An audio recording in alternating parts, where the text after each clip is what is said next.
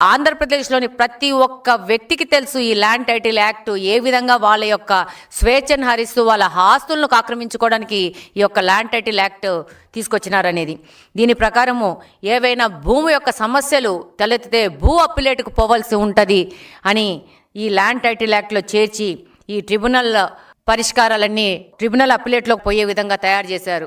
ఈ యొక్క అప్పిలేట్ ట్రిబ్యునల్లో ఉండాల్సిన అధికారులు నీతి ఆయోగ్ చెప్పిన ప్రకారము నిపుణులు, బాధ్యతాయుతమైన అధికారులు, అలాగనే న్యాయ అధికారులు ఉండాలని చెప్పేసి ఈ అప్పిలేట్ ట్రిబ్యునల్లో నియమించాలని నీతి ఆయోగ్ చెప్తే వైకాపా పార్టీ ఏం చేసింది, ఎనీ పర్సన్ అనే పాయింట్ ని చేర్చి నీతి ఆయోగ్ ని కంప్లీట్ గా పక్కన పెట్టేసి ఈ యొక్క ట్రిబ్యునల్లో కంప్లీట్ గా వాళ్ళ యొక్క కార్యకర్తల్ని పెట్టుకునే విధంగా ఒక పెద్ద ఆలోచన చేసి ప్రజల ఆస్తులను హరించడానికి, ప్రజల ఆస్తులను కొల్లగొట్టడానికి 2023లో పెద్ద ప్రణాళికను రచించింది. ఈ యొక్క ల్యాండ్ టైటిల్ యాక్ట్ ప్రకారము ఏవైనా భూ సమస్యలు వస్తే స్థానిక కోర్టులకు పోయే పరిస్థితి లేకుండా చేసి, ఏదైనా కోర్టులకు పోవాలంటే హైకోర్టు పోయే విధంగా చట్టాన్ని తయారు చేసి ఈ యొక్క రిజిస్ట్రేషన్ ఆఫీసుల చేతిలో రెవెన్యూ వ్యవస్థను మొత్తం ఇరికించేసి రెవెన్యూ వ్యవస్థను నాశనం చేయాలనే ఒక దురుద్దేశంతో ఈ యొక్క ల్యాండ్ టైటిల్ యాక్ట్ తీసుకురావడం జరిగింది. రిజిస్ట్రేషన్లు చేశాక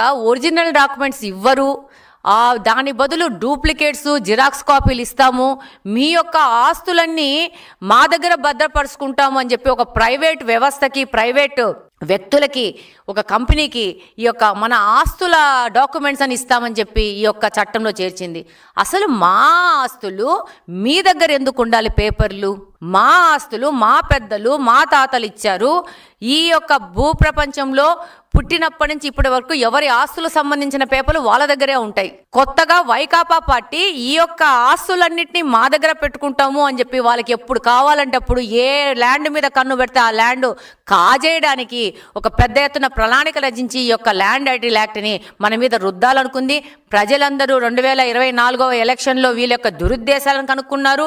2019లో చేసిన తప్పుల్ని వాళ్ళు సరి చేసుకొని ఈరోజు 2024లో ఒక భారీ మెజారిటీని తెలుగుదేశం పార్టీకి, కూటమి ప్రభుత్వానికి ఇచ్చి వాళ్ళని కాపాడుకున్నారు ప్రజలు.